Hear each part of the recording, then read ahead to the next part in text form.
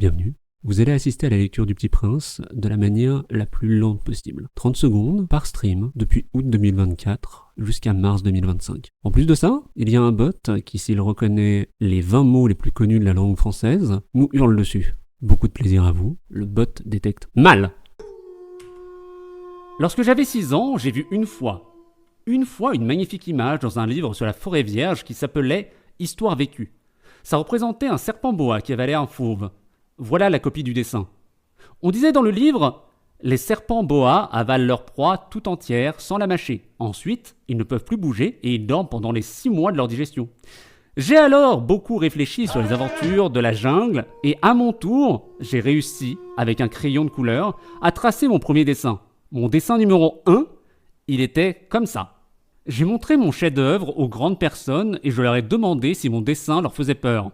Elles m'ont répondu « Pourquoi un chapeau ferait-il peur ?» Mon dessin ne représentait pas un chapeau, il représentait un serpent boa qui digérait un éléphant. J'ai alors dessiné l'intérieur du serpent boa, afin que les grandes personnes puissent comprendre. Elles ont toujours besoin d'explications. Mon dessin numéro 2 était comme ça. Les grandes personnes m'ont conseillé de laisser de côté les dessins de serpents boa, ouverts ou fermés, et de m'intéresser plutôt à la géographie, à l'histoire, au calcul et à la grammaire.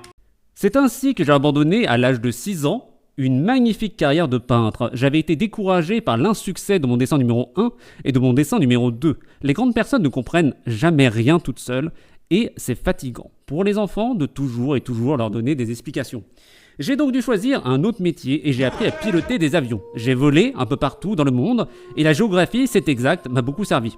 Je savais reconnaître du premier coup d'œil la Chine de l'Arizona, c'est très utile si l'on s'est égaré pendant la nuit. J'ai ainsi eu au cours de ma vie des tas de contacts avec des gens sérieux. J'ai beaucoup vécu chez les grandes personnes, je les ai vus de très près. Ça n'a pas trop amélioré mon opinion.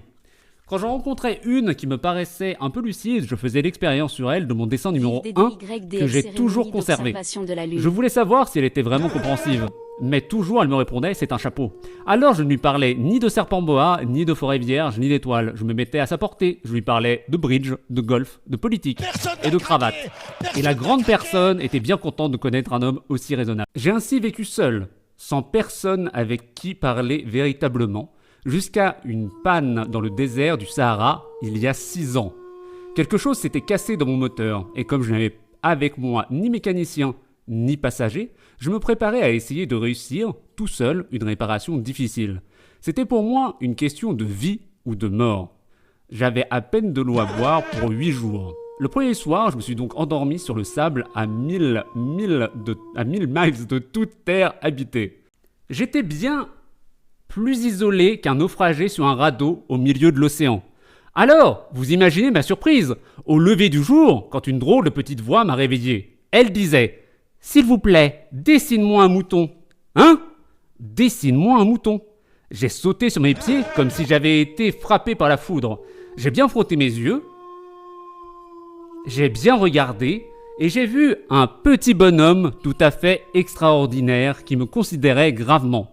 Voilà le meilleur portrait que, plus tard, j'ai réussi à faire de lui. Mais mon dessin, bien sûr, est beaucoup moins ravissant que le modèle. Ce n'est pas ma faute. J'avais été découragé dans ma carrière de peintre par les grandes personnes. À l'âge de 6 ans, et je n'avais rien appris à dessiner, sauf les boas fermés et les boas ouverts. Je regardais donc cette apparition avec des yeux tout ronds d'étonnement.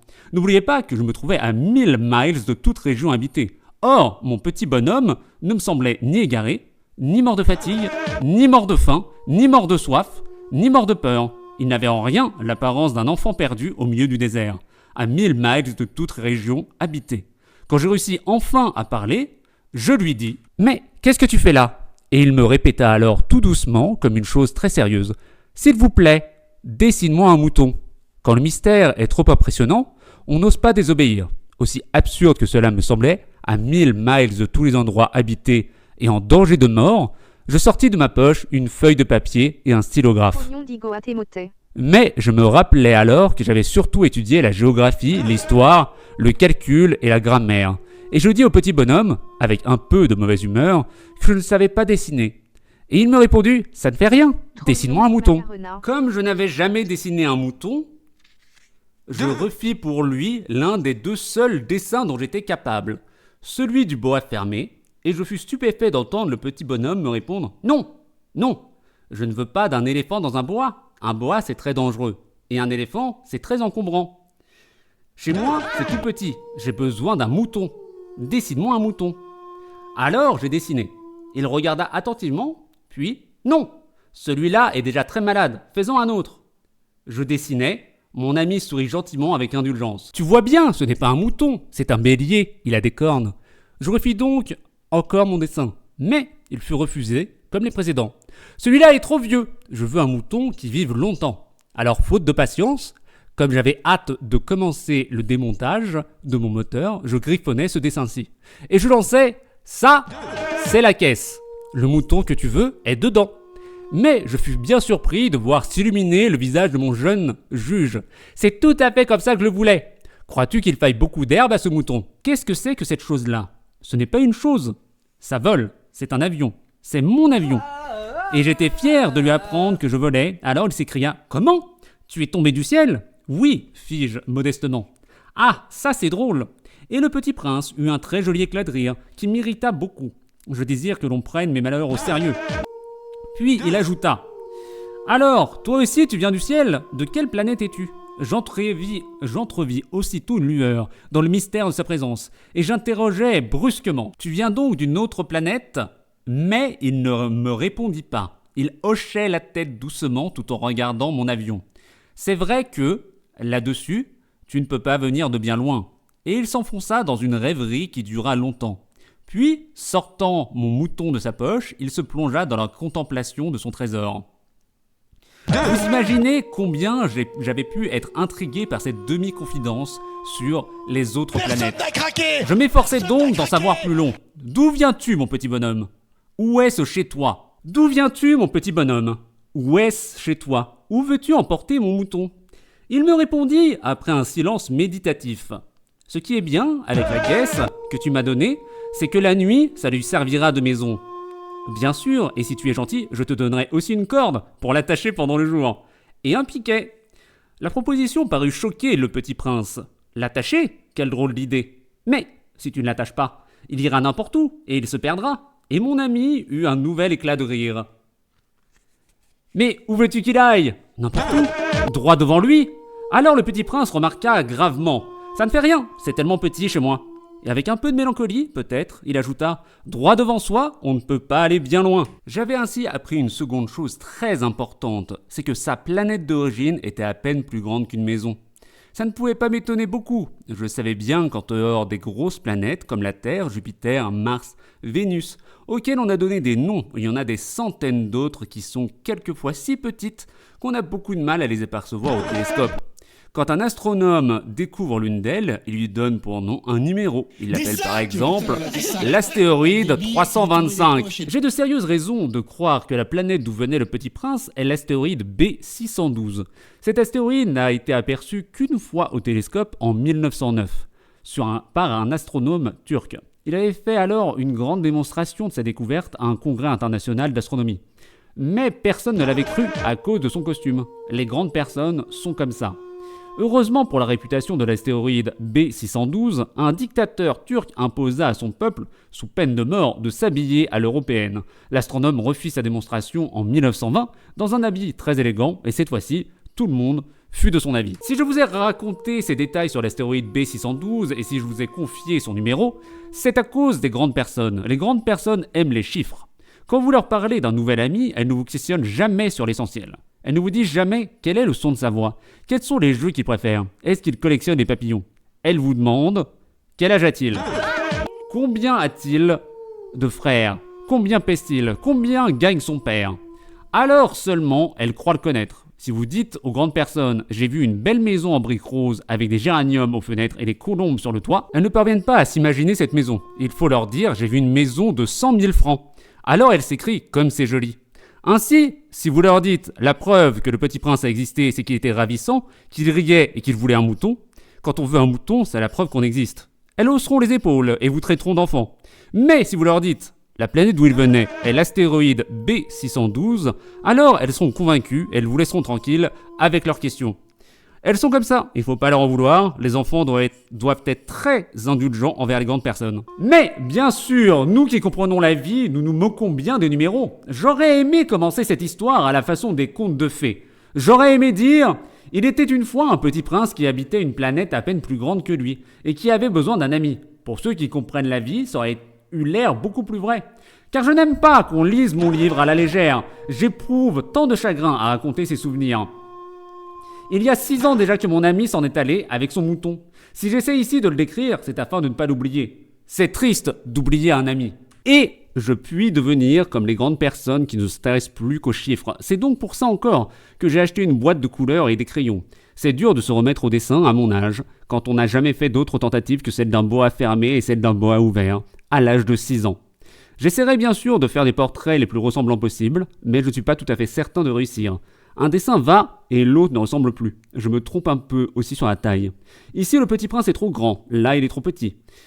J'hésite aussi sur la couleur de son costume. Alors je tâtonne comme ci et comme ça, tant bien que mal. Je me tromperai enfin sur certains détails plus importants, mais ça, il faudra me le pardonner.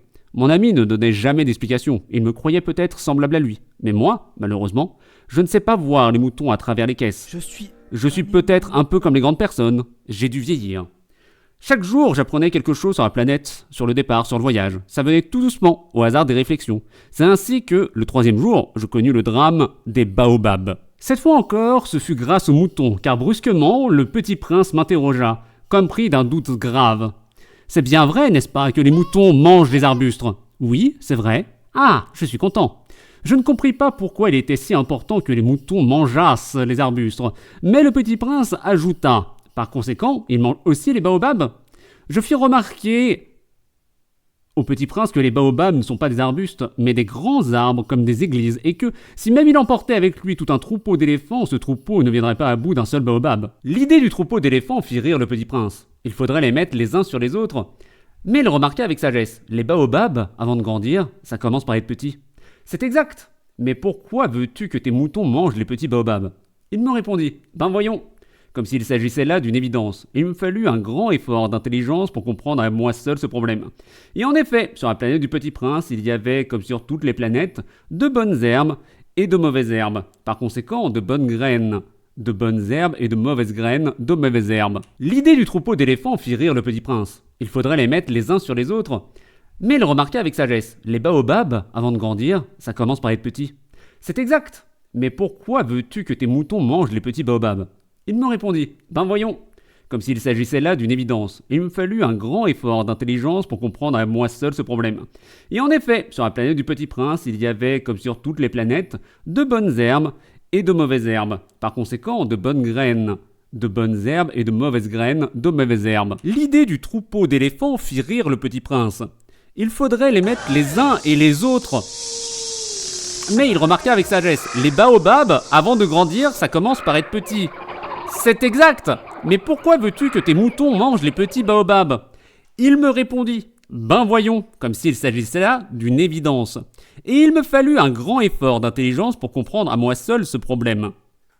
Et en effet, sur la planète du Petit Prince, il y avait... J'ai déjà lu ça. Mais les graines sont invisibles. Elles dorment dans le secret de la terre jusqu'à ce qu'il prenne fantaisie à l'une d'elles de se réveiller.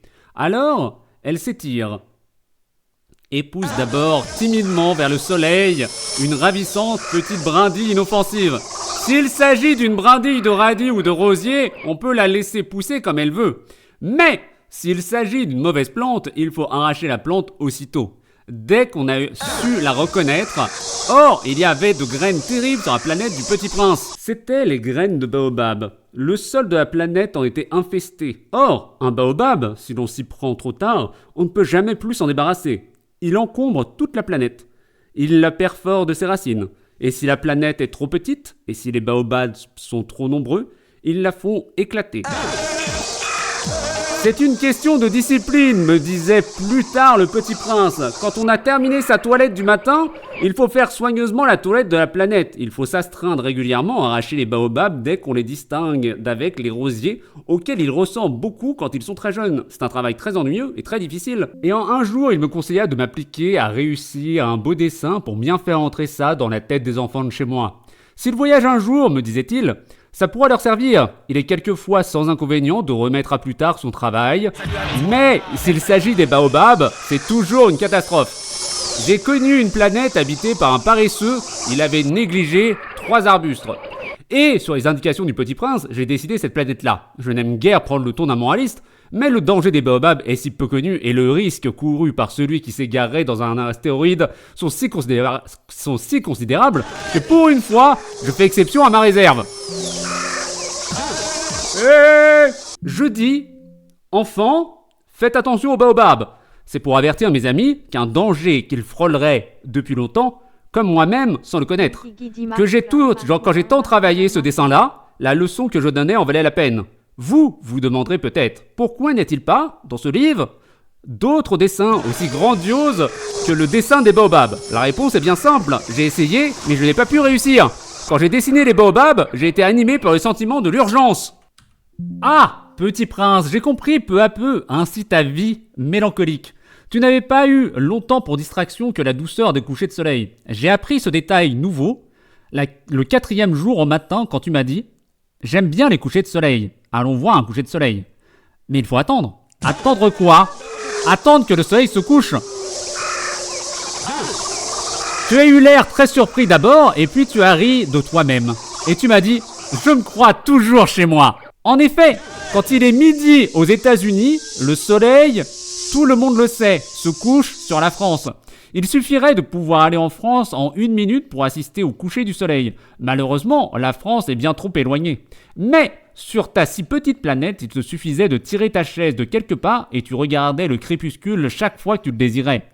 Un jour, j'ai vu le soleil se coucher 44 fois. Et un peu plus tard, tu ajoutais « Tu sais, quand on est tellement triste, on aime les couchers de soleil. » Le jour des 44 fois, tu étais donc tellement triste, mais le Petit Prince ne répondit pas. Le 5e jour, toujours grâce au mouton, ce secret de la vie du Petit Prince me fut révélé. Il me demanda avec brusquerie, sans préambule, comme le fruit d'un problème longtemps médité en silence. Un mouton, s'il mange les arbustes, il mange aussi les fleurs. Un mouton mange tout ce qu'il rencontre. Même les fleurs qui ont des épines. Oui, même les fleurs qui ont des épines. Alors, les épines, à quoi servent-elles? Je ne le savais pas. J'étais alors très occupé à essayer de dévisser un boulon trop serré de mon moteur. J'étais très soucieux, car ma panne commençait de m'apparaître comme très grave. Et l'eau à boire qui s'épuisait me faisait craindre le pire. Les épines, à quoi servent-elles? Le Petit Prince ne renonçait jamais à une question, une fois qu'il l'avait posée. J'étais irrité par mon boulon et je répondis n'importe quoi. Les épines, ça ne sert à rien. C'est de la pure méchanceté de la part des fleurs. Oh, mais après un silence, il me lança avec une sorte de rancune. Je ne te crois pas. Les fleurs sont faibles, elles sont naïves, elles se rassurent comme elles peuvent. Elles se croient terribles avec leurs épines. Je ne répondis rien. À cet instant-là, je me disais, si ce boulon résiste encore, je le ferai sauter d'un coup de marteau. Le Petit Prince dérangea de nouveau mes réflexions.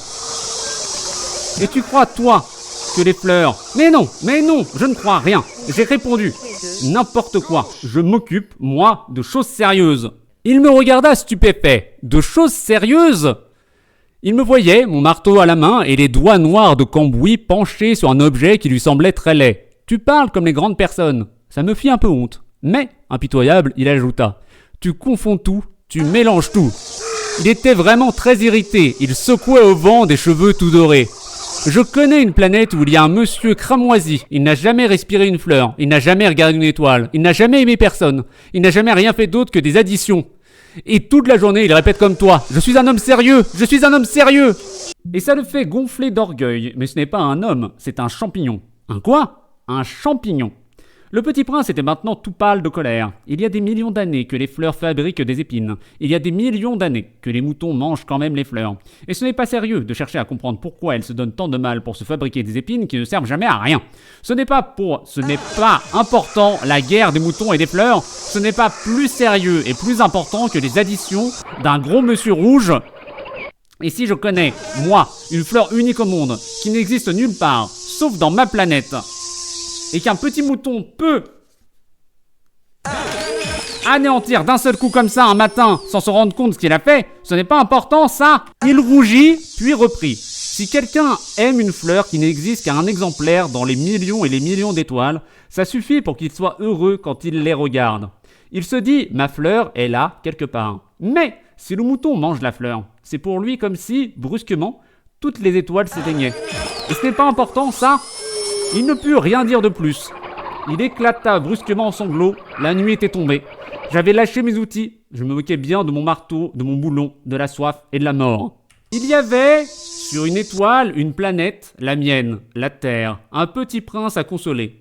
Je le pris dans les bras, je le berçais, je lui disais « La fleur que tu aimes n'est pas en danger ». Je lui dessinerai une muselière à ton mouton, je te dessinerai une armure pour ta fleur. Je ne savais pas trop quoi dire, je me sentais très maladroit. Je ne savais comment l'atteindre ou le rejoindre. C'est tellement mystérieux, le pays des larmes. J'appris bien vite à mieux connaître cette fleur. Il y avait toujours eu sur la planète du Petit Prince des fleurs très simples, ornées d'un seul rang de pétales et qui ne tenaient point en place. Et qui ne dérangeaient personne. Elle apparaissait un matin dans l'herbe et puis elle s'éteignait, le soir. Mais celle-là avait germé un jour d'une graine apportée d'on ne sait où et le Petit Prince avait surveillé de très près cette brindille qui n'en ressemblait pas aux autres brindilles. Ça pouvait être un nouveau genre de baobab. Mais l'arbuste cessa vite de croître et commença de préparer une fleur. Le Petit Prince, qui assistait à l'installation d'un bouton énorme, sentait bien qu'il en sortirait une apparition miraculeuse. Mais la fleur n'en finissait pas de se préparer à être belle, à l'abri de sa chambre verte. Elle choisissait avec soin ses couleurs. Elle s'habillait lentement, elle ajustait un à un ses pétales. Elle ne voulait pas sortir toute fripée comme les coquelicots. Elle ne voulait apparaître que dans le plein rayonnement de sa beauté. Et oui, elle était très coquette. Sa toilette mystérieuse avait donc duré des jours et des jours. Et puis voici qu'un matin, justement à l'heure du lever du soleil, elle s'était montrée. Et elle, qui avait travaillé avec tant de précision, dit en bâillant « Ah, je me réveille à peine. Je vous demande pardon, je suis encore toute décoiffée. » Le Petit Prince alors ne put contenir son admiration. « Que vous êtes belle, n'est-ce pas ?» répondit doucement la fleur. « Et je suis née en même temps que le soleil. » Le Petit Prince devina bien qu'elle n'était pas trop modeste, mais elle était si émouvante. « C'est l'heure, je crois, du petit déjeuner, » avait-elle bientôt ajouté. « Auriez-vous la bonté de penser à moi ?» Et le Petit Prince, tout confus, ayant été chercher un arrosoir d'eau fraîche, avait servi la fleur. Ainsi l'avait-elle bien vite tourmentée par sa vanité un peu ombrageuse. Un jour, par exemple, parlant de ses 4 épines, elle avait dit au Petit Prince « Ils peuvent venir, les tigres, avec leurs griffes. » « Il n'y a pas de tigres sur ma planète, avait objecté le Petit Prince. Et puis les tigres ne mangent pas d'herbe. Je ne suis pas une herbe, avait doucement répondu la fleur. Pardonnez-moi, je ne crains rien des tigres, mais j'ai horreur des courants d'air. Vous n'auriez pas un paravent? Horreur des courants d'air? Ce n'est pas de chance pour une plante, avait remarqué le Petit Prince. Cette fleur est bien compliquée. Le soir, vous me mettrez sous globe. Il fait très froid chez vous, c'est mal installé, là d'où je viens, mais elle s'était interrompue. Elle était venue sous forme de graine, elle n'avait rien pu connaître des autres mondes. Humiliée de s'être laissée surprendre à préparer un mensonge aussi naïf, elle avait toussé 2 ou 3 fois pour mettre le petit prince dans son tort. Ce paravent, j'allais le chercher, mais vous me parliez? Alors elle avait forcé sa toux pour lui infliger quand même des remords. Ainsi, le Petit Prince, malgré la bonne volonté de son amour, avait vite douté d'elle. Il avait pris au sérieux des mots sans importance et était devenu très malheureux. J'aurais dû ne pas l'écouter, me confia-t-il un jour. Il ne faut jamais écouter les fleurs, il faut les regarder et les respirer. La mienne embaumait ma planète, mais je ne savais pas m'en réjouir. Cette histoire de griffes qui m'avait tellement agacé eût dû m'attendrir. Il me confia encore, je n'ai alors rien su comprendre. J'aurais dû la juger sur les actes et non sur les mots. Elle m'embaumait et m'éclairait. Je n'aurais jamais dû m'enfuir. J'aurais dû deviner sa tendresse derrière ses pauvres ruses. Les fleurs sont si contradictoires, mais j'étais trop jeune pour savoir l'aimer. Je crois qu'il profita, pour son évasion, d'une migration d'oiseaux sauvages. Au matin du départ, il mit sa planète bien en ordre. Il ramena soigneusement ses volcans en activité. Il possédait 2 volcans en activité. Et c'était bien commode pour faire chauffer le petit déjeuner du matin. Mais comme il disait, on ne sait jamais. Il ramena donc également le volcan éteint. S'ils sont bien ramenés, les volcans brûlent doucement et régulièrement, sans éruption. Les éruptions volcaniques sont comme des feux de cheminée. Et évidemment, sur notre Terre, nous sommes beaucoup trop petits pour ramener nos volcans. C'est pourquoi ils nous causent des tas d'ennuis. Le petit prince arracha aussi avec un peu de mélancolie les dernières pousses de baobab. Il croyait ne jamais devoir revenir. Mais tous ces travaux familiers lui parurent, ce matin-là, extrêmement doux. Et quand il arrosa une dernière fois la fleur et se prépara à la mettre à l'abri sous son globe, il se découvrit l'envie de pleurer. « Adieu », dit-il à la fleur. Mais elle ne lui répondit pas. « Adieu », répéta-t-il. La fleur toussa. Mais ce n'était pas à cause de son rhume. « J'ai été sotte », lui dit-elle enfin. « Je te demande pardon. Tâche d'être heureux. » Il fut surpris par l'absence de reproche. Il restait là, tout déconcerté, le globe en l'air. Il ne comprenait pas cette douceur calme. « Mais oui, je t'aime », lui dit la fleur. « Tu n'en as rien su, par ma faute, cela n'a aucune importance, mais tu as été aussi sot que moi. Tâche d'être heureux, laisse ce globe tranquille, je n'en veux plus. » Mais le vent, je ne suis pas si enrhumé que ça, l'air frais de la nuit me fera du bien, je suis une fleur. Mais les bêtes, il faut bien que je supporte 2 ou 3 chenilles, si je veux connaître les papillons. Il paraît que c'est tellement beau, sinon, qui me rendra visite? Hop, tu seras loin, toi. Quant aux grosses bêtes, je ne crains rien, j'ai mes griffes. Et elle montrait naïvement ses 4 épines. Puis elle ajouta, ne traîne pas comme ça, c'est agaçant. Tu as décidé de partir? Va-t'en. Car elle ne voulait pas qu'il la vît pleurer. C'était une fleur tellement orgueilleuse. Il se trouvait dans la région des astéroïdes 325, 326, 327, 328, 329 et 300. Il commença donc par les visiter pour y chercher une occupation et pour s'instruire. Le premier était habité par un roi. Le roi siégeait, habillé de pourpre et d'hermine, sur un trône très simple et cependant majestueux. « Ah, voilà un sujet !» s'écria le roi quand il aperçut le petit prince. Et le petit prince se demanda « Comment peut-il me reconnaître puisqu'il ne m'a pas encore vu ?» Il ne savait pas que, pour les rois, le monde est très simplifié. Tous les hommes sont des sujets. « Approche-toi, que je te vois mieux !» lui dit le roi qui était tout fier d'être enfin roi pour quelqu'un. Le petit prince chercha des yeux où s'asseoir, mais la planète était tout encombrée par le magnifique manteau d'hermine. Il resta donc debout, et, comme il était fatigué, il bâilla. « Il est contraire à l'étiquette de bâiller en présence d'un roi, lui dit le monarque. Je te l'interdis. »« Je ne peux pas m'en empêcher, répondit le petit prince tout confus. J'ai fait un long voyage et je n'ai pas dormi. Alors, lui dit le roi, je t'ordonne de bâiller. Je n'ai vu personne bâiller depuis des années. Les bâillements sont pour moi des curiosités. Allons, bâille encore, c'est un ordre. Ça m'intimide, je ne peux plus, fit le petit prince tout rougissant. Répondit le roi. Alors, je t'ordonne tantôt de bâiller et tantôt de... Il bredouillait un peu et paraissait vexé. Car le roi tenait essentiellement à ce que son autorité fût respectée. Il ne tolérait pas la désobéissance, c'était un monarque absolu. Mais, comme il était très bon, il donnait des ordres raisonnables. Si j'ordonnais, disait-il couramment, si j'ordonnais à un général de se changer en oiseau de mer, et si le général n'obéissait pas, ce serait pas la faute du général, ce serait ma faute. Puis-je m'asseoir ? Sentit timidement le petit prince. Je t'ordonne de t'asseoir, lui répondit le roi, qui ramena majestueusement un pan de son manteau d'hermine. Mais le petit prince s'étonnait. La planète était minuscule. Sur quoi le roi pouvait-il bien régner ? Sire, lui dit-il, je vous demande pardon de vous interroger. Je t'ordonne de m'interroger, se hâta de dire le roi. Sire, sur quoi régnez-vous ? Surtout, répondit le roi, avec une grande simplicité. Surtout ? Le roi, d'un geste discret, désigna sa planète, les autres planètes et les étoiles. Et comme il se sentait un peu triste à cause du souvenir de sa petite planète abandonnée, il s'enhardit à solliciter une grâce du roi. « Je voudrais voir un coucher de soleil. Faites-moi plaisir. Ordonnez au soleil de se coucher. » Si j'ordonnais à un général de voler d'une fleur à l'autre à la façon d'un papillon, ou d'écrire une tragédie, ou de se changer en oiseau de mer, et si le général n'exécutait pas l'ordre reçu, qui, de lui ou de moi, serait dans son tort ? Ce serait vous, dit fermement le petit prince. Exact. Il faut exiger de chacun ce que chacun peut donner, reprit le roi. L'autorité repose d'abord sur la raison. Si tu ordonnes à ton peuple d'aller se jeter à la mer, il fera la révolution. J'ai le droit d'exiger l'obéissance parce que mes ordres sont raisonnables. Alors, mon coucher de soleil, rappela le petit prince, qui jamais n'oubliait une question une fois qu'il l'avait posée. Ton coucher de soleil, tu l'auras.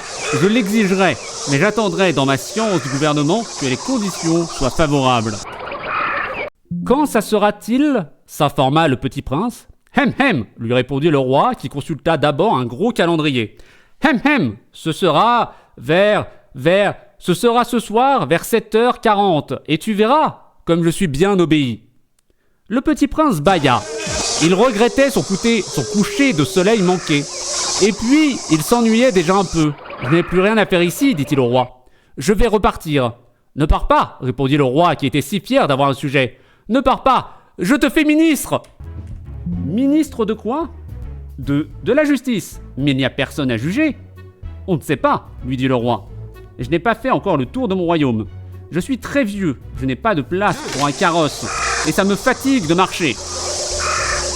Oh, mais j'ai déjà vu, dit le petit prince qui se pencha pour jeter un coup d'œil sur l'autre côté de la planète. Il n'y a personne là-bas non plus. Tu te jugeras donc toi-même, lui répondit le roi. C'est le plus difficile. Il est bien plus difficile de se juger soi-même que de juger autrui. Si tu réussis à bien te juger, c'est que tu es un véritable sage. Moi, dit le petit prince, je puis me juger moi-même n'importe où. Je n'ai pas besoin d'habiter ici. Hem hem, dit le roi. Je crois bien que sur ma planète, il y a quelque part un vieux rat. Je l'entends la nuit. Tu pourras juger ce vieux rat.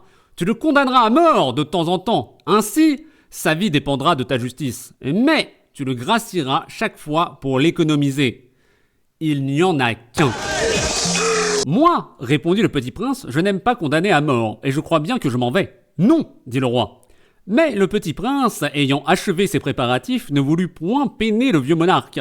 Si votre majesté désirait être obéie ponctuellement, elle pourrait me donner un ordre raisonnable. Elle pourrait m'ordonner, par exemple, de partir avant 1 minute. Il me semble que les conditions sont favorables.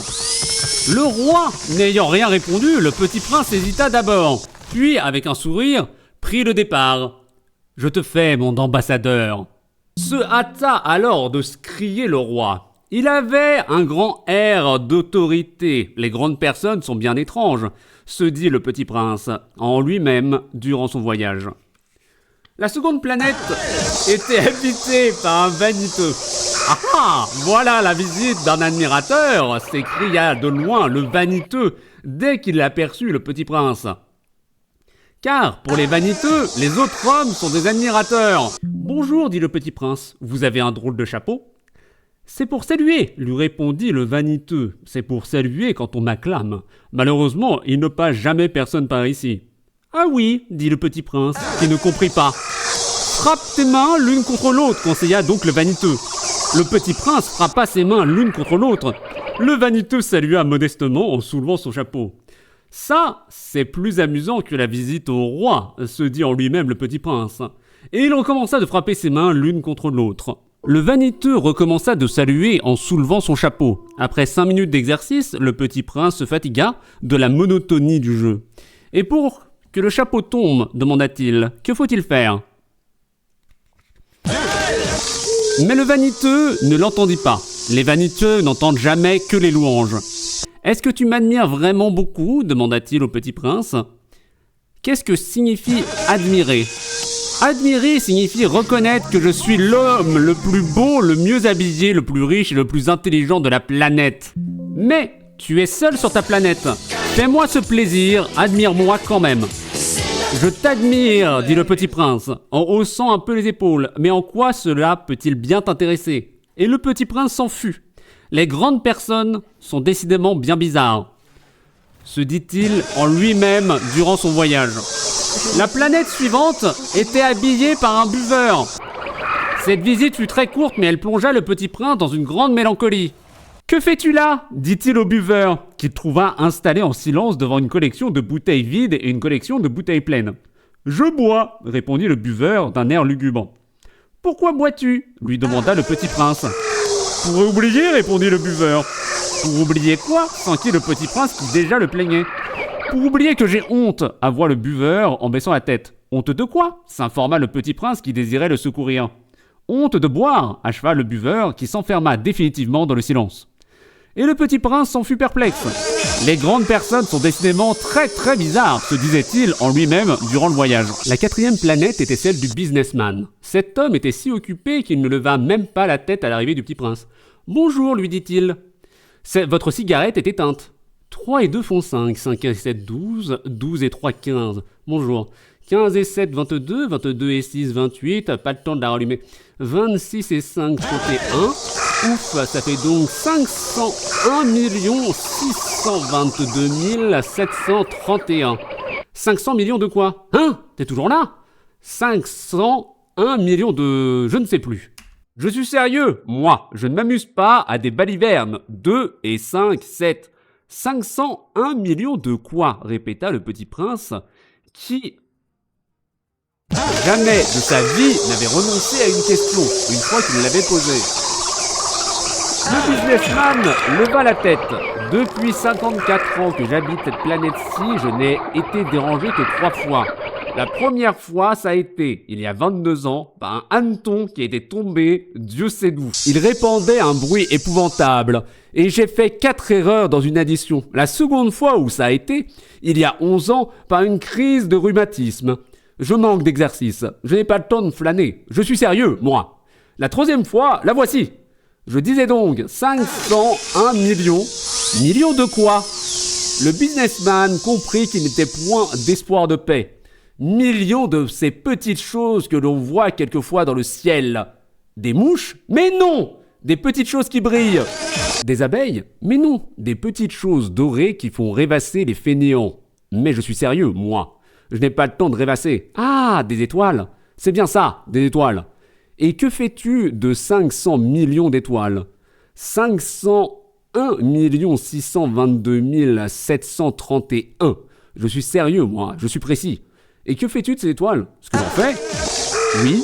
Rien, je les possède. Tu possèdes les étoiles? Oui.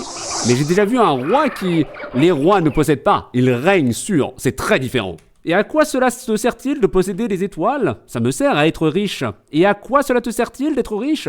À acheter d'autres étoiles, si quelqu'un en trouve. Cela, se dit en lui-même le petit prince, il la raisonne un peu comme mon ivrogne. Cependant, il posa encore des questions. Comment peut-on posséder les étoiles? À qui sont-elles? Riposta grincheux le businessman. Je ne sais pas, à personne. Alors, elles sont à moi, car j'y ai pensé le premier. Et ça suffit. Bien sûr. Bien sûr, quand tu trouves un diamant qui n'est à personne, il est à toi. Quand tu trouves une île qui n'est à personne, elle est à toi. Quand tu as une idée le premier, tu l'as fait breveter, elle est à toi. Et moi, je possède les étoiles, puisque jamais personne avant moi n'a songé à les posséder. Ça c'est vrai, dit le petit prince. Et qu'en fais-tu? Je les gère, je les compte, et je les recompte, dit le businessman. C'est difficile, mais je suis un homme sérieux. Le petit prince n'est pas satisfait encore. Moi, si je possède un foulard, je puis le mettre autour de mon cou et l'emporter. Moi, si je possède une fleur, je peux cueillir ma fleur et l'emporter. Mais tu ne peux pas cueillir les étoiles. Moi, si je possède une fleur, je puis cueillir ma fleur et l'emporter. Mais tu ne peux pas cueillir les étoiles. Non, mais je puis les placer en banque. Qu'est-ce que ça veut dire? Ça veut dire que j'écris sur un petit papier le nombre de mes étoiles, et puis j'enferme à clé ce papier-là dans un tiroir. Et c'est tout. Ça suffit. C'est amusant, pensa le petit prince. C'est assez poétique, mais ce n'est pas très sérieux. Le petit prince avait sur les choses sérieuses des idées très différentes des idées des grandes personnes. Moi, dit-il, je possède une fleur que j'arrose tous les jours. Je possède 3 volcans que je ramène toutes les semaines, car je ramène aussi celui qui est éteint. On ne sait jamais, c'est utile à mes volcans, et c'est utile à ma fleur que je les possède. Mais tu n'es pas utile aux étoiles. Le businessman ouvrit la bouche, mais ne trouva rien à répondre, et le petit prince s'en fut. Les grandes personnes sont décidément tout à fait extraordinaires, se disait-il simplement en lui-même durant le voyage. La 5e planète était très curieuse. C'était la plus petite de toutes. Il y avait là juste assez de place pour loger un réverbère et un allumeur de réverbère. Le petit prince ne parvenait pas à s'expliquer à quoi pouvait servir, quelque part dans le ciel, sur une planète sans raison ni population, un réverbère et un allumeur de réverbère. Cependant, il se dit en lui-même « Qu'est-ce que la consigne? C'est d'éteindre mon réverbère. Bonsoir !» Et il le ralluma. « Mais pourquoi viens-tu de le rallumer? C'est la consigne, répondit l'allumeur. « Je ne comprends pas, dit le petit prince. Il n'y a rien à comprendre, dit l'allumeur. La consigne, c'est la consigne. Bonjour. Et il éteignit son réverbère. Puis, il s'épongea le front avec un mouchoir à carreaux rouges. Je fais là un métier terrible, c'était raisonnable autrefois. J'éteignais le matin et j'allumais le soir. J'avais le reste du jour pour me reposer et le reste de la nuit pour dormir. Et, depuis cette époque, la consigne a changé ? La consigne n'a pas changé, dit l'allumeur. C'est bien là le drame. La planète, d'année en année, a tourné de plus en plus vite et la consigne n'a pas changé. Alors, dit le petit prince, alors maintenant qu'elle fait un tour par minute, je n'ai plus une seconde de repos. J'allume et j'éteins une fois par minute. Ça c'est drôle, les jours chez toi durent 1 minute. Ce n'est pas drôle du tout, dit l'allumeur. Ça fait déjà 1 mois que nous parlons ensemble. 1 mois ? Oui, 30 minutes, 30 jours. Bonsoir. Et il ralluma son réverbère. Le petit prince le regarda et il aima cet allumeur qui était tellement fidèle à la consigne. Il se souvint des couchers de soleil que lui-même allait autrefois chercher en tirant sa chaise. Il voulut aider son ami. « Tu sais, je connais un moyen de te reposer quand tu voudras. » Tu en as parlé ? Je veux toujours, dit l'allumeur, car on peut être à la fois fidèle et paresseux. Le petit prince poursuivit. Ta planète est tellement petite que tu en fais le tour en 3 enjambées. Tu n'as qu'à marcher assez lentement pour rester toujours au soleil. Quand tu voudras te reposer, tu marcheras, et le jour durera aussi longtemps que tu voudras. Ça ne m'avance pas à grand-chose, dit l'allumeur. Ce que j'aime dans la vie, c'est dormir. Ce n'est pas de chance, dit le petit prince. Ce n'est pas de chance, dit l'allumeur. Bonjour. Et il éteignit son réverbère.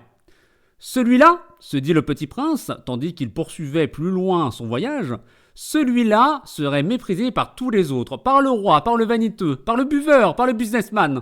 Cependant, c'est le seul qui ne me paraisse pas ridicule. C'est peut-être parce qu'il s'occupe d'autre chose que de soi-même. Il eut un soupir de regret et se dit encore « Celui-là est le seul dont j'eusse pu faire mon ami, mais sa planète est vraiment trop petite. Il n'y a pas de place pour 2. » Ce que le petit prince n'osait pas s'avouer, c'est qu'il regrettait cette planète bénie à cause, surtout, des 1440 couchers de soleil par 24 heures.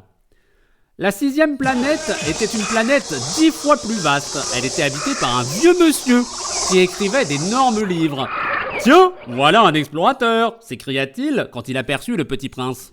« D'où viens-tu » lui dit le vieux monsieur. « Quel est ce gros livre » dit le petit prince. « Que faites-vous ici ?»« Je suis géographe » dit le vieux monsieur. « Qu'est-ce qu'un géographe ?» Ça tourne là Merde, j'ai pas ouvert la split. Mais si ça tourne! Oh, excusez-moi! Oh, le pire chapitre lu! C'est un savant qui connaît où se trouvent les mers, les fleuves, les villes, les montagnes et les déserts. Ça, c'est bien intéressant, dit le petit prince. Ça, c'est enfin un véritable métier. Et il jeta un coup d'œil autour de lui sur la planète du géographe. Il n'avait jamais vu encore une planète aussi majestueuse. Elle est bien belle, votre planète. Est-ce qu'il y a des océans? Je ne puis pas le savoir, dit le géographe. Ah? Le petit prince était déçu. Et des montagnes? Je ne puis pas le savoir, dit le géographe. Et des villes, et des fleuves, et des déserts? Je ne puis pas le savoir non plus, dit le géographe. Mais vous êtes géographe? C'est exact, dit le géographe. Mais je ne suis pas explorateur. Je manque absolument d'explorateurs. Ce n'est pas le géographe qui va faire le compte des villes, des fleuves, des montagnes, des mers, des océans et des déserts. Parce que les ivrognes voient double. Alors le géographe noterait 2 montagnes là où il n'y en a qu'une seule. Je connais quelqu'un, dit le petit prince, qui serait mauvais explorateur. C'est possible, donc, quand la moralité de l'explorateur paraît bonne, on fait une enquête sur sa découverte. On va voir. Non, c'est trop compliqué. Mais on exige de l'explorateur qu'il fournisse des preuves. S'il s'agit par exemple de la découverte d'une grosse montagne, on exige qu'il en rapporte de grosses pierres. Le géographe soudain s'émut. Mais toi, tu viens de loin, tu es explorateur, tu vas me décrire ta planète. Et le géographe, ayant ouvert son registre, tailla son crayon. On note d'abord, au crayon, les récits des explorateurs. On attend, pour noter à l'encre, que l'explorateur ait fourni des preuves. Alors, interrogea le géographe. Oh, chez moi, dit le petit prince, ce n'est pas très intéressant. C'est tout petit. J'ai 3 volcans, 2 volcans en activité et 1 volcan éteint. Mais on ne sait jamais. On ne sait jamais, dit le géographe. J'ai aussi une fleur. Nous ne notons pas les fleurs, dit le géographe. Pourquoi ça? C'est le plus joli. Parce que les fleurs sont éphémères. Qu'est-ce que signifie éphémère? Les géographies, dit le géographe, sont les livres les plus sérieux de tous les livres. Elles ne se démodent jamais. Il est très rare qu'une montagne change de place. Il est très rare qu'un océan se vide de son eau. Nous écrivons des choses éternelles. Mais Les volcans éteints peuvent se réveiller, interrompit le petit prince. Qu'est-ce que signifie éphémère? Que les volcans soient éteints ou soient éveillés, ça revient au même pour nous autres, dit le géographe. Ce qui compte pour nous, c'est la montagne.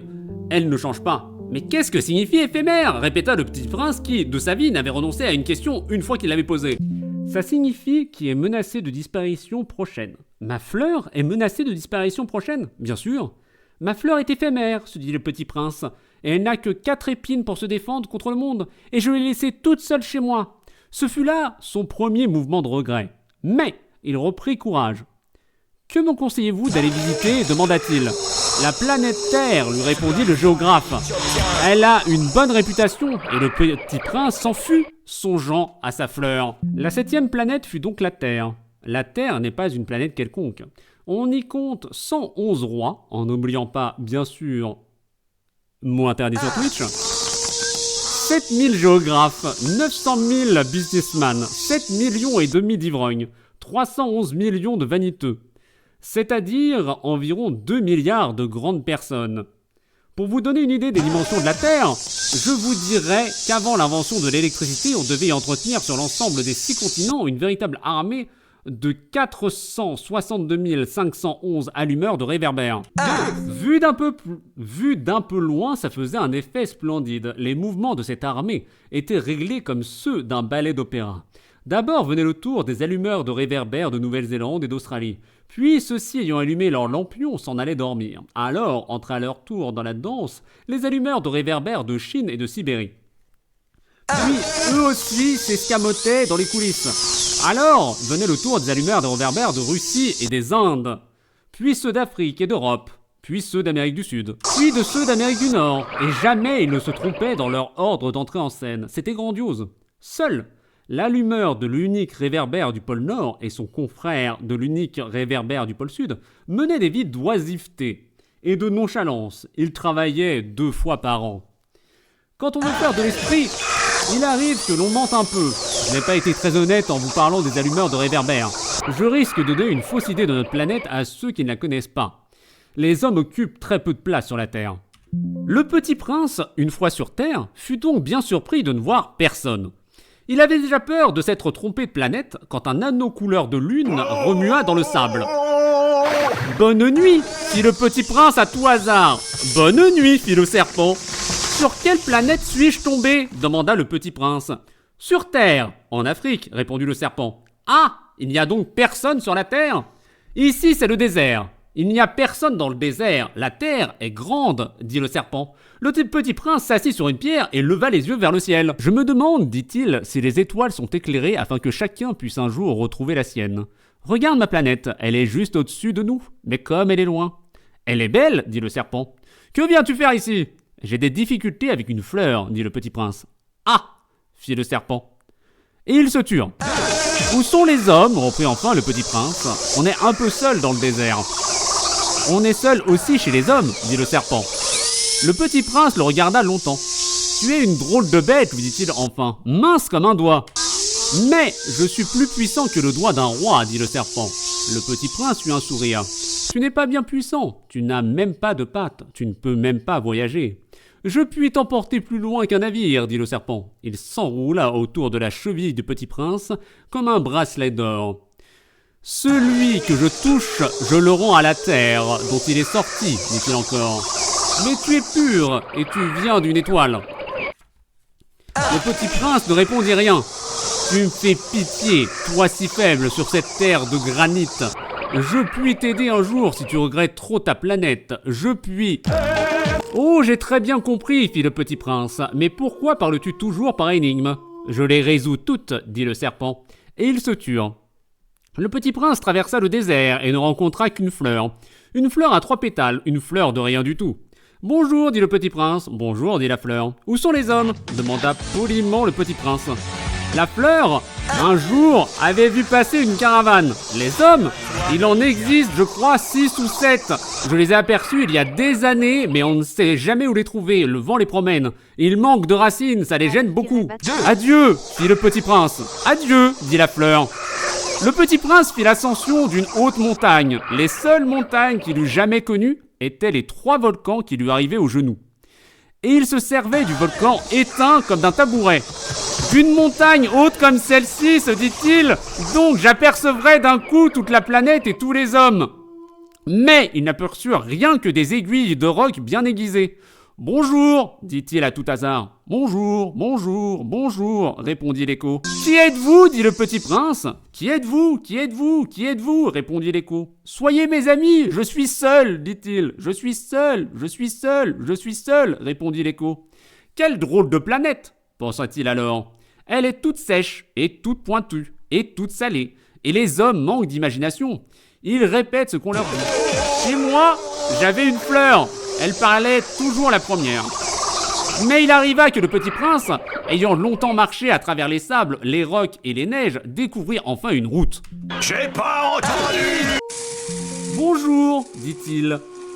C'était un jardin fleuri de roses. Bonjour, dirent les roses. Le petit prince les regarda. Elles ressemblaient toutes à sa fleur. Qui êtes-vous, leur demanda-t-il, stupéfait. Nous sommes des roses, dirent les roses. Ah, fit le petit prince. Et il se sentit très malheureux. Sa fleur lui avait raconté qu'elle était seule de son espèce dans l'univers. Et voici qu'il en était 5000, toutes semblables dans un seul jardin. Elle serait bien vexée, se dit-il, si elle voyait ça. Elle pousserait énormément et ferait semblant de mourir pour échapper au ridicule. Et je serais bien obligé de faire semblant de la soigner, car, sinon, pour m'humilier moi aussi, elle se laisserait vraiment mourir. Puis il se dit encore, je me croyais riche d'une fleur unique, et je ne possède qu'une rose ordinaire. Ça et mes 3 volcans qui m'arrivent aux genoux, et dont l'un, peut-être, est éteint pour toujours. Ça ne fait pas de moi un bien grand prince. Et, couché dans l'herbe, il pleura. C'est alors qu'apparut le renard. Bonjour, dit le renard. Bonjour, répondit poliment le petit prince, qui se retourna, mais ne vit rien. Je suis là, dit la voix sous le pommier. Qui es-tu, dit le petit prince. Tu es bien joli. Je suis un renard, dit le renard. Viens jouer avec moi, lui proposa le petit prince. Je suis tellement triste. Je ne puis pas jouer avec toi, dit le renard. Je ne suis pas apprivoisé. Ah, pardon, fit le petit prince. Mais, après réflexion, il ajouta. Qu'est-ce que signifie apprivoiser? Tu n'es pas d'ici, dit le renard. Que cherches-tu? Je cherche les hommes, dit le petit prince. Qu'est-ce que signifie apprivoiser? Les hommes, dit le renard, ils ont des fusils et ils chassent. C'est bien gênant, ils élèvent aussi des poules, c'est leur seul intérêt. Tu cherches donc des poules? Non, dit le petit prince, je cherche des amis. Qu'est-ce que signifie apprivoiser? C'est une chose trop oubliée, dit le renard. Ça signifie créer des liens. Créer des liens, bien sûr, dit le renard. Tu n'es encore pour moi qu'un petit garçon tout semblable à 100 000 petits garçons. Et je n'ai pas besoin de toi, et tu n'as pas besoin de moi non plus. Je ne suis pour toi qu'un renard semblable à 100 000 renards. Mais si tu m'apprivoises, nous aurons besoin l'un de l'autre. Tu seras pour moi unique au monde, je serai pour toi unique au monde. Je commence à comprendre, dit le petit prince. Il y a une fleur, je crois qu'elle m'a apprivoisé. C'est possible, dit le renard. On voit sur la terre toutes sortes de choses. Oh, ce n'est pas sur la terre, dit le petit prince. Le renard parut très intrigué. Sur une autre planète? Oui. Il y a des chasseurs sur cette planète-là? Non. Ça, c'est intéressant. Et des poules? Non. Rien n'est parfait, soupira le renard. Mais le renard revint à son idée. Ma vie est monotone. Je chasse des poules. Les hommes me chassent. Toutes les poules se ressemblent et tous les hommes se ressemblent. Les autres, pas, me font rentrer sous terre. Le tien m'appellera hors du terrier comme une musique. Et puis regarde, tu vois là-bas les champs de blé? Je ne mange pas de pain, le blé pour moi est inutile. Les champs de blé ne me rappellent rien. Et ça, c'est triste, mais tu as des cheveux couleur d'or. Alors ce sera merveilleux quand tu m'auras apprivoisé. Le blé qui est doré me fera souvenir de toi. Et j'aimerais le bruit du vent dans le blé. Le renard se tut et regarda longtemps le petit prince. S'il te plaît, apprivoise-moi, dit-il. Je veux bien, répondit le petit prince, mais je n'ai pas beaucoup de temps, j'ai des amis à découvrir et beaucoup de choses à connaître. On ne connaît que les choses que l'on apprivoise, dit le renard. Les hommes n'ont plus le temps de rien connaître. Ils achètent des choses toutes faites chez les marchands, mais comme il n'existe point de marchands d'amis, les hommes n'ont plus d'amis. Si tu veux un ami, apprivoise-moi. Que faut-il faire, dit le petit prince. Il faut être très patient, répondit le renard. Tu t'assoiras d'abord un peu loin de moi, comme ça, dans l'herbe. Je te regarderai du coin de l'œil et tu ne diras rien. Le langage est source de malentendus, mais chaque jour, tu pourras t'asseoir un peu plus près. Le lendemain, revint le petit prince. Il eût mieux valu revenir à la même heure, dit le renard. Si tu viens, par exemple, à 4 heures de l'après-midi, Dès 3 heures, je commencerai d'être heureux. Plus l'heure avancera, plus je me sentirai heureux. À 4 heures déjà, je m'agiterai et m'inquiéterai. Je découvrirai le prix du bonheur. Mais si vient n'importe quand, je ne saurai jamais à quelle heure m'habiller le cœur. Il faut des rites. Qu'est-ce qu'un rite, dit le petit prince. C'est aussi quelque chose de trop oublié, dit le renard. C'est ce qui fait qu'un jour est différent des autres jours, une heure des autres heures. Il y a un rite par exemple chez mes chasseurs. Ils dansent le jeudi avec les filles du village. Alors le jeudi est jour merveilleux. Je vais me promener jusqu'à la vigne. Si les chasseurs dansaient n'importe quand, les jours se ressembleraient tous et je n'aurais point de vacances. Ainsi le petit prince apprivoisa le renard. Et quand l'heure du départ fut proche, « Ah !» dit le renard, « Je pleurerai. »« Ta faute !» dit le petit prince. « Je ne te souhaitais point de mal, mais tu as voulu que je t'apprivoise. »« Bien sûr, dit le renard. »« Mais tu vas pleurer, dit le petit prince. »« Bien sûr, dit le renard. »« Alors, tu n'y gagnes rien. »« J'y gagne, dit le renard, à cause de la couleur du blé. » Puis il ajouta, « Va revoir les roses, tu comprendras que la tienne est unique au monde. Tu reviendras me dire adieu et je te ferai cadeau d'un secret. » Le petit prince s'en fut revoir les roses. « Vous n'êtes pas du tout semblable à ma rose, vous n'êtes rien encore, leur dit-il. Personne ne vous a apprivoisé et vous n'avez apprivoisé personne. Vous êtes comme était mon renard. Ce n'était qu'un renard semblable à 100 000 autres, mais j'en ai fait mon ami, et il est maintenant unique au monde. » Et les roses étaient bien gênées. « Vous êtes belle, mais vous êtes vide, leur dit-il encore. On ne peut pas mourir pour vous. Bien sûr, ma rose à moi, un passant ordinaire croirait qu'elle vous ressemble. Mais à elle seule, elle est plus importante que vous toutes, puisque c'est elle que j'ai arrosée. Puisque c'est elle que j'ai mise sous globe, puisque c'est elle que j'ai abritée par le paravent, puisque c'est elle dont j'ai tué les chenilles, sauf les 2 ou 3 pour les papillons, puisque c'est elle que j'ai écouté se plaindre ou se vanter, ou même quelquefois se taire, puisque c'est ma rose. Et il revint vers le renard. « Adieu, dit-il. Adieu, dit le renard. Voici mon secret. Il est très simple. On ne voit bien qu'avec le cœur. L'essentiel est invisible pour les yeux. »« L'essentiel est invisible pour les yeux, répéta le petit prince afin de se souvenir.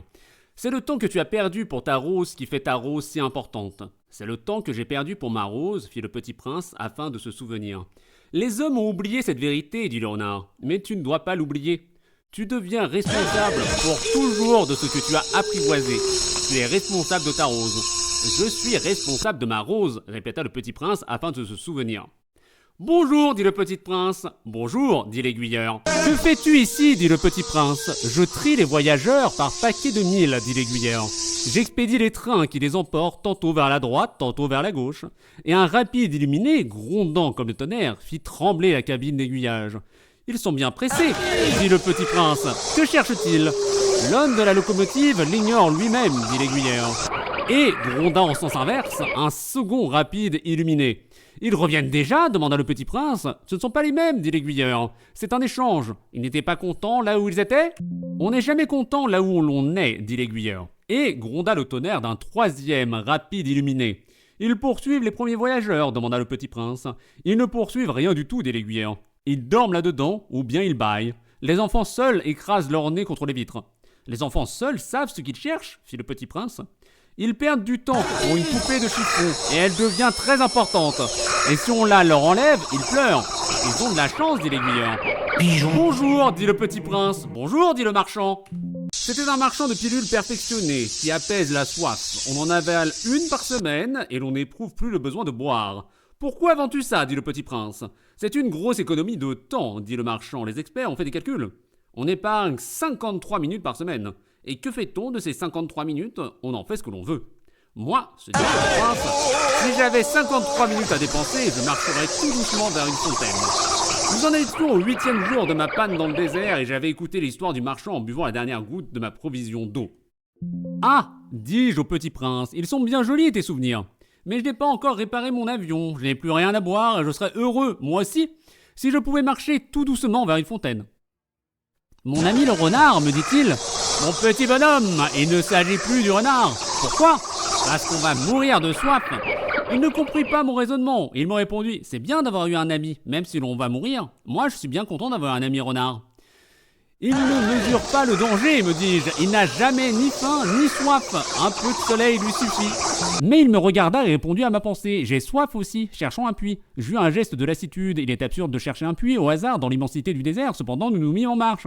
Quand nous eûmes marché des heures en silence, la nuit tomba et les étoiles commencèrent de s'éclairer. Je les apercevais comme en rêve, ayant un petit peu de fièvre à cause de ma soif. Les mots du petit prince dansait dans ma mémoire. Tu as donc soif, toi aussi, lui demandai-je.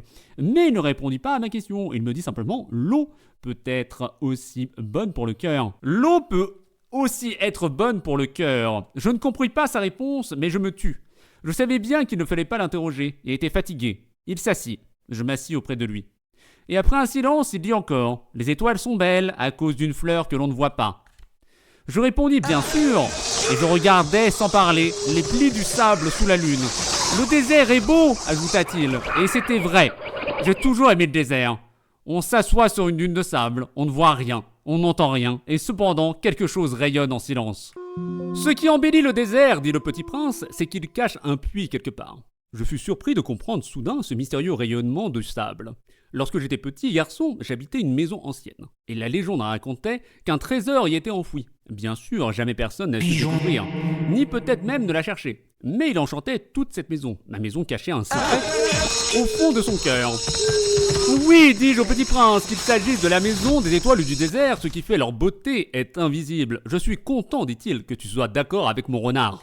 Comme le petit prince s'endormait, je le pris dans mes bras et me remis en route. J'étais ému. Il me semblait porter un trésor fragile. Il me semblait même qu'il n'y eût rien de plus fragile sur la terre. Je regardais à la lumière de la lune, ce front pâle, ses yeux clos, ses mèches de cheveux qui tremblaient au vent. Et je me disais, ce que je vois là n'est qu'une écorce. Le plus important est invisible. Comme ses lèvres entr'ouvertes, ébauchaient un demi-sourire, je me dis encore, ce qui me meut si fort de ce petit prince endormi, c'est sa fidélité pour une fleur. C'est l'image d'une rose qui rayonne en lui comme la flamme d'une lampe, même quand il dort. Et je le devinais plus fragile encore, il faut bien protéger les lampes, un coup de vent peut les éteindre. Et, marchant ainsi, je découvris le puits au lever du jour. Les hommes, dit le petit prince, ils s'enfournent dans les rapides, mais ils ne savent plus ce qu'ils cherchent. Alors, ils s'agitent et tournent en rond. Et il ajouta, ce n'est pas la peine. Le puits que nous avions atteint ne ressemblait pas aux puits sahariens. Les puits sahariens sont de simples trous creusés dans le sable. Celui-là ressemblait à un puits du village. Mais il n'y avait là aucun village et je croyais rêver. C'est étrange, dis-je au petit prince. Tout est prêt, la poulie, le seau et la corde. Il rit, toucha la corde et fit jouer la poulie. Et la poulie gémit comme gémit une vieille girouette quand le vent a longtemps dormi. Tu entends, dit le petit prince, nous réveillons ce puits. Et il chante. Je ne voulais pas qu'il fît un effort. Laisse-moi faire, lui dis-je. C'est trop lourd pour toi. Lentement, je hissai le seau jusqu'à la margelle. Je l'y installais bien d'aplomb. Dans mes oreilles durait le chant de la poulie. Et dans l'eau tremblait encore, jouait tremblait le soleil. J'ai soif de cette eau-là, dit le petit prince. Donne-moi à boire. Et je compris ce qu'il avait cherché. Je soulevai le seau jusqu'à ses lèvres. Il but, les yeux fermés. C'était doux comme une fête. Une eau. Cette eau était bien autre chose qu'un aliment. Elle était née de la marche sous les étoiles, du chant de la poulie, de l'effort de mes bras. Elle était bonne pour le cœur, comme un cadeau. Lorsque j'étais petit garçon, la lumière de l'arbre de Noël, la musique de la messe de minuit, la douceur des sourires faisaient ainsi tout le rayonnement du cadeau de Noël que je recevais. Les hommes de chez toi, dit le petit prince, cultivent 5000 roses dans un même jardin et n'y trouvent pas ce qu'ils cherchent. Ils ne trouvent pas, répondis-je. Et cependant, ce qu'ils cherchent pourrait être trouvé dans une seule rose ou un peu d'eau. Bien sûr, répondis-je. Et le petit prince ajouta, mais les yeux sont aveugles, il faut chercher avec le cœur. J'avais bu, je respirais bien, le sable au lever du jour est couleur de miel. J'étais heureux aussi de cette couleur de miel. Pourquoi fallait-il que j'eusse de la peine? Il faut que tu tiennes ta promesse, me dit doucement le petit prince, qui de nouveau s'était assis auprès de moi. Quelle promesse? Tu sais, une muselière pour mon mouton, je suis responsable de cette fleur. Je sortis de ma poche mes ébauches de dessin. Le petit prince les aperçut et dit au rayon, « Tes baobabs, ils ressemblent un peu à des choux. Oh ! Moi qui étais si fier des baobabs. Ton renard, ses oreilles, elles ressemblent un peu à des cornes. Et elles sont trop longues. » Et il rit encore. « Tu es injuste, petit bonhomme. Je ne savais rien dessiner que les bois fermés et les bois ouverts. »« Oh, ça ira, dit-il. Les enfants savent. » Je crayonnais donc une muselière et j'eus le cœur serré en la lui donnant. Et j'ajoutais, en hésitant, à cause peut-être de l'anniversaire, le petit prince rougit de nouveau. Il ne répondait jamais aux questions, mais quand on rougit, ça signifie oui, n'est-ce pas ? Ah, lui dis-je, j'ai peur. Mais il me répondit, tu dois maintenant travailler, tu dois repartir vers ta machine. Je t'attends ici, reviens demain soir. Mais je n'étais pas rassuré, je me souvenais du renard. On risque de pleurer un peu si l'on s'est laissé apprivoiser. Pigeon. Il y avait à côté du puits une ruine de vieux murs de pierre. Lorsque je revins de mon travail le lendemain soir, j'aperçus de loin mon petit prince assis là-haut, les jambes pendantes. Et je l'entendis qui parlait. « Tu ne t'en souviens donc pas, disait-il. Ce n'est pas tout à fait ici. » Une autre voix lui répondit sans doute, puisqu'il répliqua « Si, si, c'est bien le jour, mais ce n'est pas ici l'endroit. » Je poursuivis ma marche vers le mur. Je ne voyais ni n'entendais toujours personne. Pourtant, le petit prince répliqua de nouveau.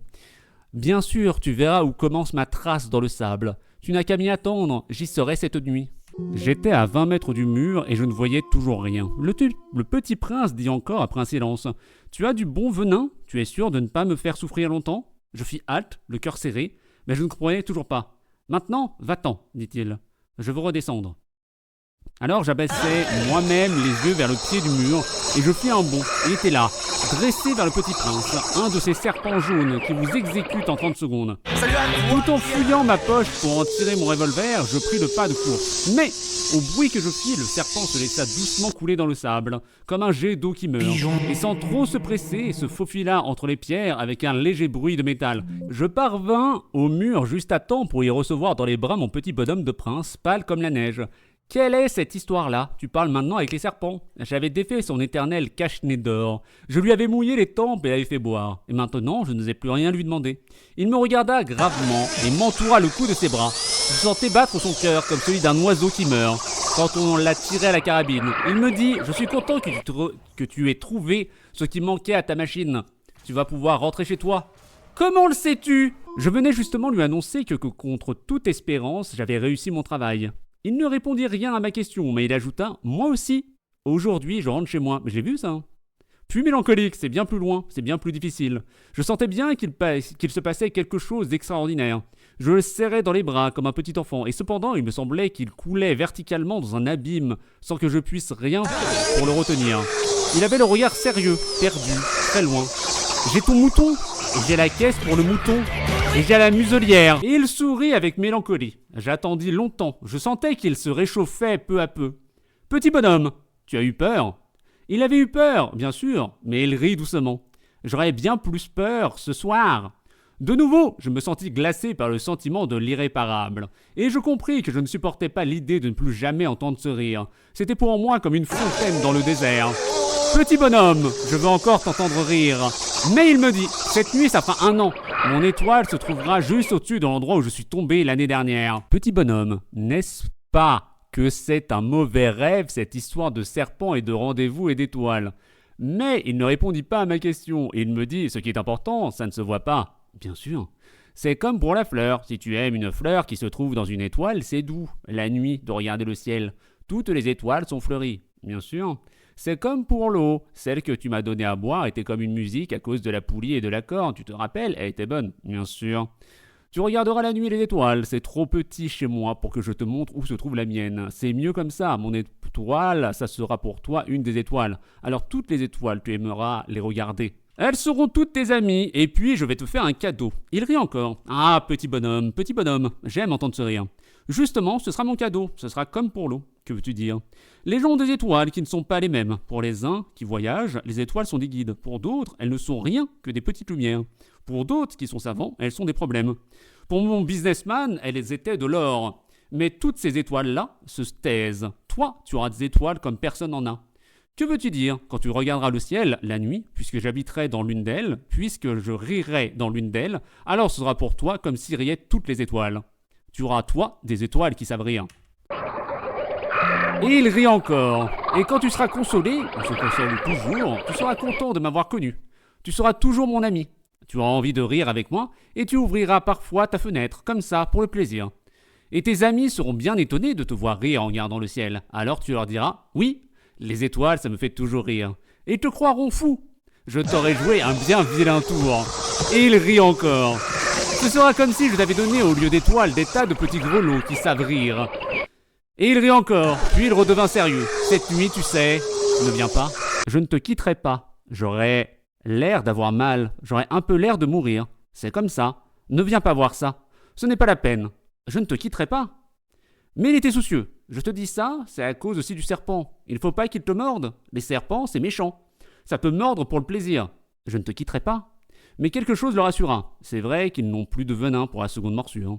Cette nuit-là, je ne le vis pas se mettre en route. Il s'était évadé sans bruit. Quand j'ai réussi à le rejoindre, il marchait décidé d'un pas rapide. Et il me dit seulement « Ah, tu es là ?» Et il me prit par la main. Mais il se tourmenta encore. « Tu as eu tort. Tu auras de la peine. J'aurai l'air d'être mort. Et ce ne sera pas vrai. » Moi, je me taisais. Tu comprends ? C'est trop loin. Je ne peux pas emporter ce corps-là. C'est trop lourd. Moi, je me taisais. Mais ce sera comme une vieille écorce abandonnée. Ce n'est pas triste, les vieilles écorces. Moi, je me taisais. Il se découragea un peu, mais il fit encore un effort. Tu seras gentil, tu sais. Moi aussi, je regarderai les étoiles. Toutes les étoiles seront des puits avec une poulie rouillée. Toutes les étoiles me verseront à boire. Moi, je me taisais. Ce sera tellement amusant. Tu auras 500 millions de grelots, j'aurai 500 millions de fontaines. Et il se tut aussi parce qu'il pleurait. C'est là. Laisse-moi faire un pas tout seul. Et il s'assit parce qu'il avait peur. Il dit encore, tu sais, ma fleur, j'en suis responsable. Et elle est tellement faible, elle est tellement naïve. Elle a 4 épines de rien du tout pour la protéger contre le monde. Moi, je m'assis parce que je ne pouvais plus me tenir debout. Et il dit, voilà, c'est tout. Il hésita encore un peu, puis il se releva. Il fit un pas. Moi, je ne pouvais pas bouger. Il n'y eut rien qu'un éclair jaune près de sa cheville. Il demeura un instant immobile. Il ne cria pas. Il tomba doucement comme tombe un arbre. Ça ne fit même pas de bruit à cause du sable. Et maintenant, bien sûr, ça fait 6 ans déjà. Je n'ai jamais encore raconté cette histoire. Les camarades qui m'ont revu ont été bien contents de me revoir vivant. J'étais triste, mais je leur disais, c'est la fatigue. Maintenant, je me suis un peu consolé. C'est-à-dire, pas tout à fait. Mais je sais bien qu'il est revenu à sa planète, car au lever du jour, je n'ai pas retrouvé son corps. Ce n'était pas un corps tellement lourd. Et j'aime la nuit écouter les étoiles, c'est comme 500 millions de grelots. Mais voilà qu'il se passe quelque chose d'extraordinaire. La muselière que j'ai dessinée pour le petit prince, j'ai oublié d'y ajouter la courroie de cuir. Il n'aura jamais pu l'attacher au mouton. Alors je me demande, que s'est-il passé sur sa planète ? Peut-être bien que le mouton a mangé la fleur. Tantôt je me dis sûrement non. Le petit prince enferme sa fleur toutes les nuits sous son globe de verre et il surveille bien son mouton.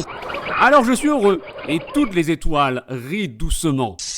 Tantôt je me dis on est distrait une fois ou l'autre et ça suffit. Il a oublié un soir le globe de verre ou bien le mouton est sorti sans bruit pendant la nuit. Alors les grelots se changent tous en larmes. C'est là un bien grand mystère. Pour vous qui aimez aussi le petit prince, comme pour moi, rien de l'univers n'est semblable. Si quelque part, on ne sait où, un mouton que nous ne connaissons pas a, oui ou non, mangé une rose. Regardez le ciel, demandez-vous, le mouton, oui ou non, a-t-il mangé la fleur ? Et vous verrez comme tout change. Et aucune grande personne ne comprendra jamais que ça a tellement d'importance. Oh !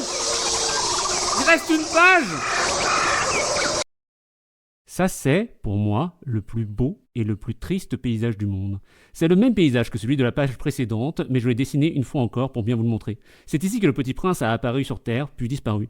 Regardez attentivement ce paysage afin d'être sûr de le reconnaître si vous voyagez un jour en Afrique, dans le désert. Et s'il vous arrive de passer par là, je vous en supplie, ne vous pressez pas, attendez un peu juste sous l'étoile. Si alors un enfant vient à vous, s'il rit, s'il a les cheveux d'or, s'il ne répond pas quand on l'interroge, vous devinerez bien qui il est. Alors soyez gentil, ne me laissez pas tellement triste, écrivez-moi vite qu'il est revenu.